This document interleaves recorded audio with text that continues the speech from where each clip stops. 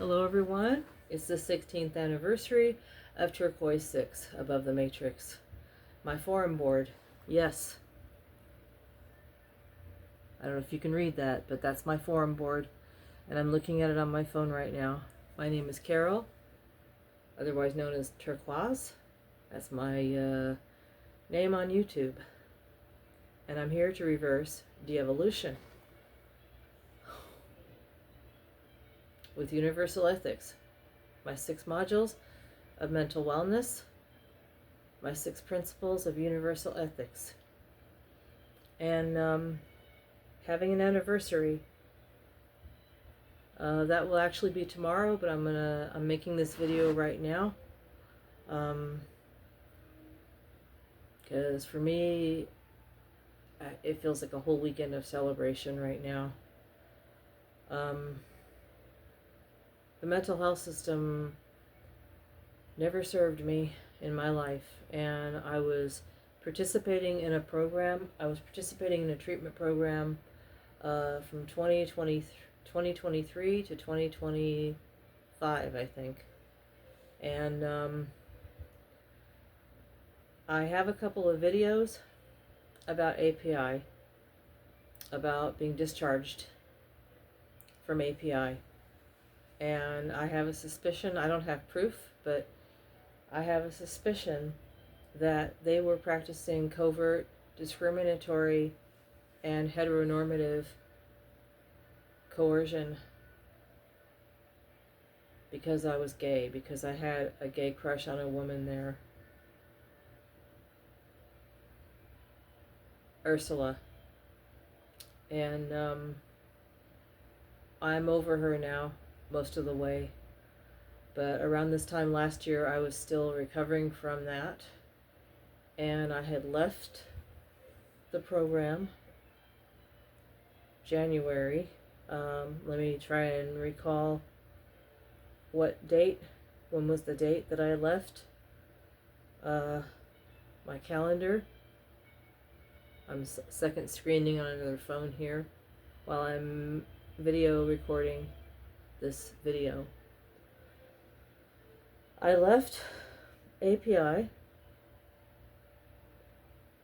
I was officially discharged January 10th, and I left the day after Christmas.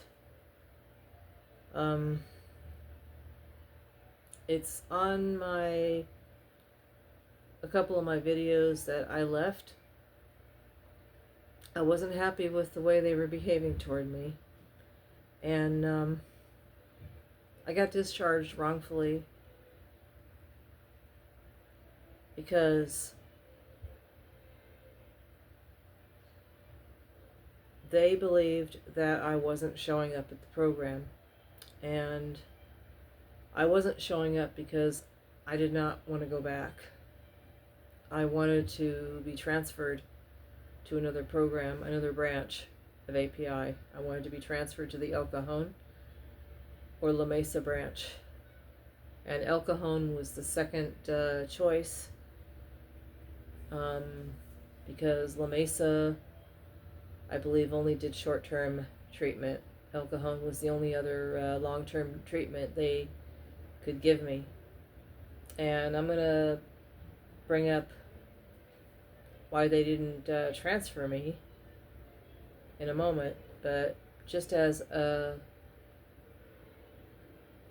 little bit of background, they didn't believe that I was showing up at the program. They treated me like I was just a no-show, a delinquent no-show, someone who didn't want to come back to treatment. And that was very insulting to me. That was very hurtful. Again, I think that was another excuse for them to make it okay to treat me badly. So they treated me badly while I was in treatment, and they treated me badly during the discharge planning, during the transition that I wanted to undergo. And I left the day after Christmas, and they claimed that I hadn't shown up for 2 weeks, which was correct.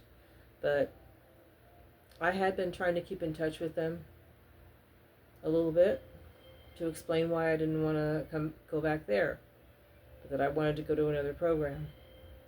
My counselor was calling me back, and calling me back when I wasn't available. That was interesting. He would call me back when I wasn't available, or when I didn't feel like talking to him. I didn't want to deal with him not calling and him calling. I didn't want him dealing with playing games with me on the phone and jerking me around and stringing me along. The few other times that he talked me into coming back before, he was kind of promising that things were going to get better, that he was going to understand me better, he was going to be more supportive. He wasn't. He still wasn't. And the things that were happening to me either kept on happening, or they stopped maybe for a little while, because maybe the staff got scared of me leaving. Maybe they got scared they weren't going to get my health insurance money, and they were trying to talk me into coming back.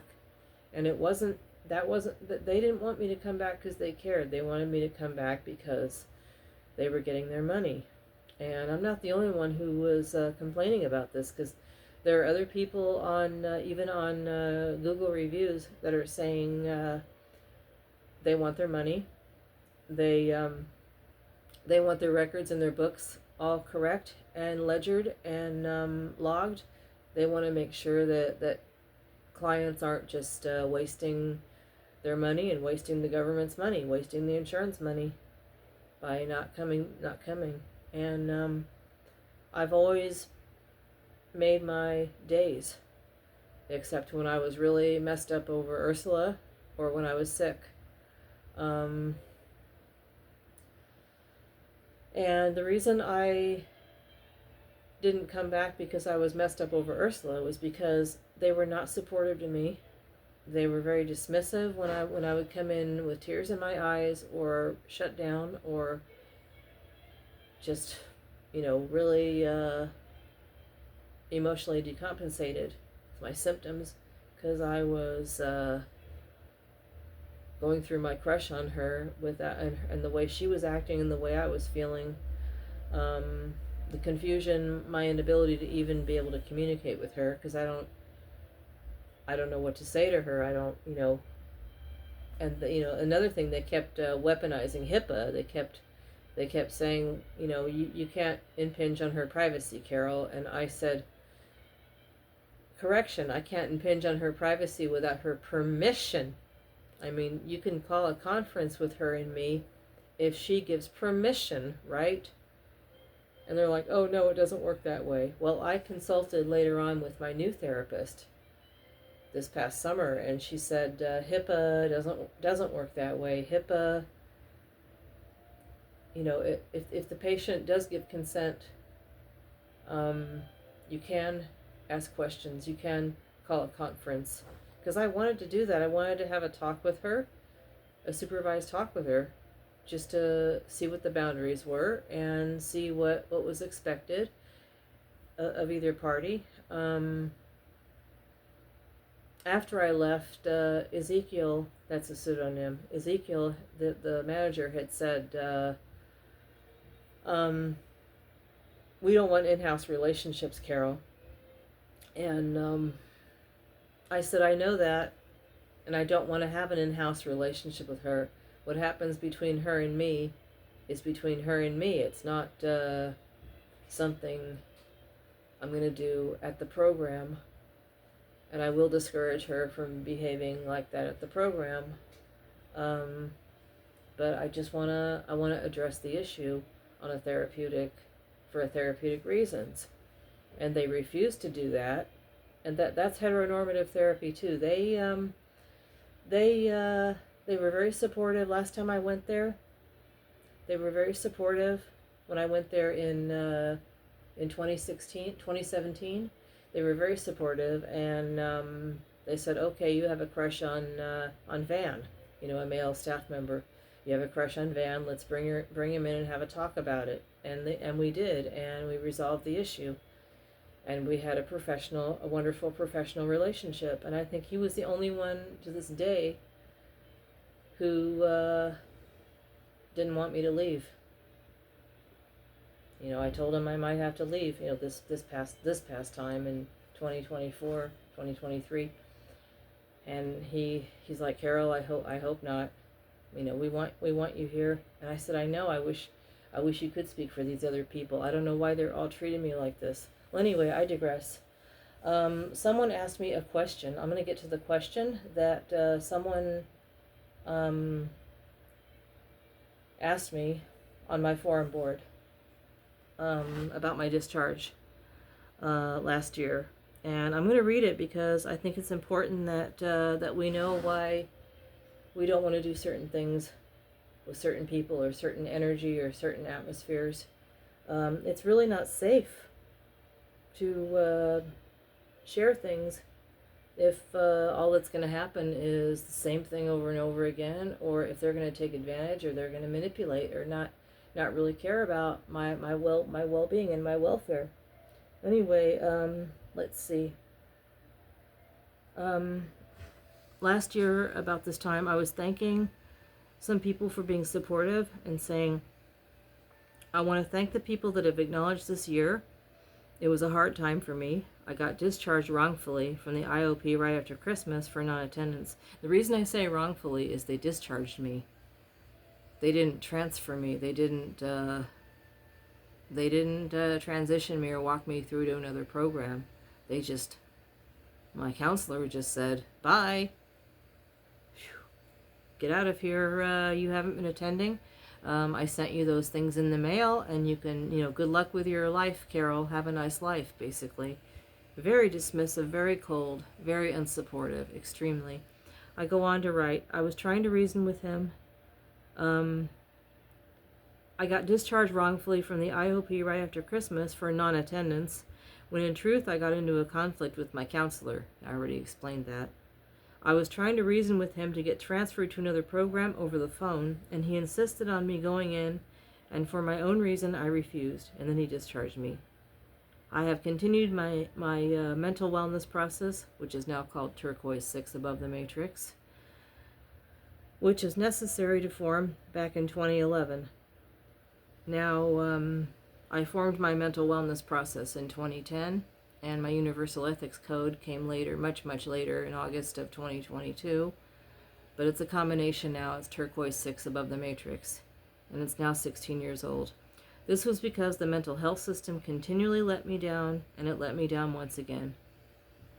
And disclaimer, I'm not a mental health provider. My interest in mental health is obviously personal. February, the month of agape, the month of love, light, and hope. God bless. Okay. So Manny writes back and acts very supportive. He goes, another anniversary, and gives me some hearts. And then let's see. He answered my the thing that I just shared with you guys. He answered it. He goes, why didn't you go in? Maybe God,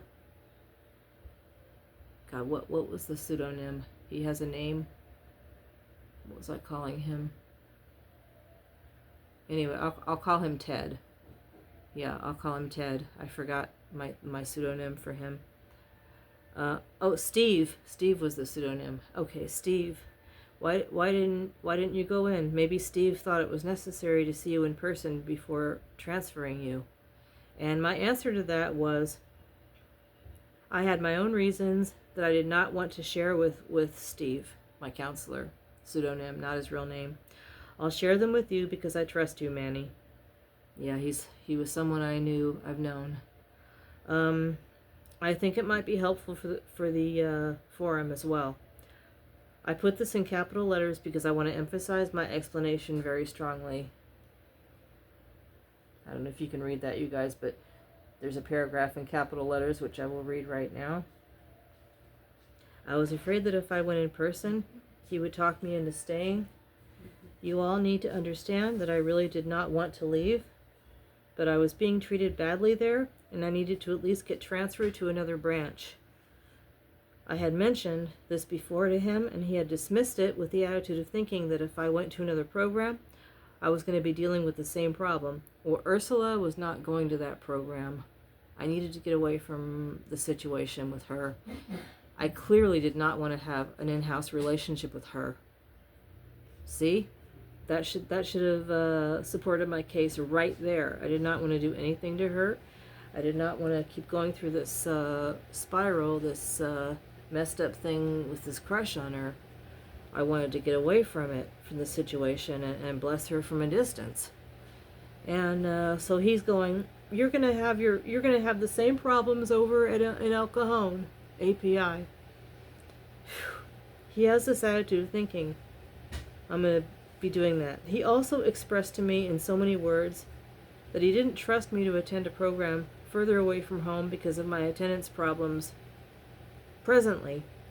Although I had assured him that I was willing to attend a program regularly as long as it wasn't his program, as long as it wasn't this program, where she was, where they were, because of the way I'm being treated. I did not want to have an in-house relationship with her. God, I even looked up the bus schedule. I looked up the trolley schedule. I was going to go regularly if I felt safe there. If I felt like I could go there without going insane, without having iatrogenic stuff going on. And look up the word iatrogenic. Having a further injury. It's like I told my roommate a little while ago. I told him that going to a mental health program is like going to a bike getting a flat tire fixed on a bike, and coming home with another hole in the tire. I don't want any more holes in my tire. I want to get it fixed, or I'll fix it myself. So go to another bike shop. I don't have a right to go to another bicycle shop to have a flat tire fixed. I don't have a right to fix it myself. If you guys won't fix it, if you guys are gonna punch another hole in the tire after fixing the one, for God's sake, Steve. Okay, so he is blaming his attitude about not transferring me on non-attendance at the present program. He's blaming it on, oh, you're running away from your problems, Carol. You're gonna go through something else over there. Well, how the hell do you know that, Steve? How do you know that? Maybe not. And if you and Ezekiel are worried about me having an in-house relationship, God damn it, I'm not gonna have an in-house relationship if I go to another branch. Hello. Anyway, forgive my anger, but he's one excuse after another not to help me, not to support me, not to give me proper discharge planning or transferring. So, okay, where was I here? Okay, I had assured him that I was willing to attend a program regularly as long as it wasn't this one. I know that these people have treated me worse than any mental health providers have ever treated me in my whole life. Now, I didn't tell him that, but that's what I'm thinking, you guys. Between you and me and the lamppost, they did. I mean, I had to go through 2 years of extreme psychological torture. Number one, they blocked my phone, either overtly or softly. They either blocked me hard or soft. And this is how they blocked my phone when I tried to call them. We have systems now where we can block phone numbers. Even businesses can do that now. They would either block my number technically, or they would just simply not answer when I called, when my caller ID came up. I think they have a system where if you don't use your caller ID, if you don't show your caller ID, either it won't go through or they won't answer it. They won't answer it. I tried to call without my caller ID, and the call didn't go through. They screen people out unless you are their patient or the people that they're working with. They don't answer anonymous numbers, and they don't answer my number. I tried calling from another number, and eventually they caught on that it was me and stopped answering. I tried calling from a VoIP phone, and a virtual number, and they caught on.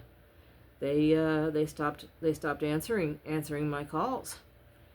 They gaslight me with the meals and with transportation. They kept changing the times of lunchtime. And they never told me when they were going to pick me up for transportation. About 75% of the time that I was going there, I never got a ride there. And my neighborhood is mountain goat country. It has a lot of hills, and it is barely within walking distance. and you have to take 2 buses to get there, and it's not even very far away. They can come and pick me up. You know, one of their excuses last time I went was, you're too close, can't you walk? Well, they can still come and pick me up. What is their problem? They invalidated both things that they did. They invalidated all of that. You know, Steve invalidated all that. He scoffed when I brought these things up. It is important that clients are able to communicate with the establishment, and when they're not able to do that, that disrupts the rapport and the relationship with the establishment. I did not have a rapport with them. I felt like I had to shut down and get out of their way all the time because I was bothering them. I kept getting treated like that. I kept getting gaslighted. I kept getting blame shifted. I kept getting darvoed. You know, where you darvo, where they deny, they attack, and they reverse the offense, the victim and offender.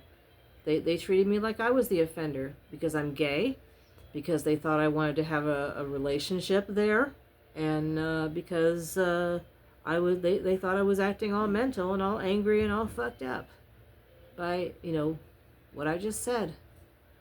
Number 4, I have expressed my sexual orientation at other facilities and have not been treated like this. I've been to other facilities where I did not get discriminated against. I'm not kidding. I have been treated badly in many mental health facilities and dismissed and invalidated, but I've never been discriminated against because I'm gay. Maybe it's because I was in the closet then, but I think I did come out to one of the counselors at another program, and they didn't bat an eye. They were just fine with it. There were other gay patients that had relationships at the program. There was a straight relationship going on at API. I won't mention names, but I saw a couple walking down the hall with their arms around each other. I even saw them kissing, not big French disgusting kissing, but I saw them kiss hello. It's like, my God, it's okay for Tom and Sally to have a, not their real names, relationship, but not me and Ursula. Excuse me, something's wrong here. Let's see. In the closet, okay, they're okay when I'm in the closet. Maybe it was because I never had a crush on anyone in a day treatment program. I have no idea.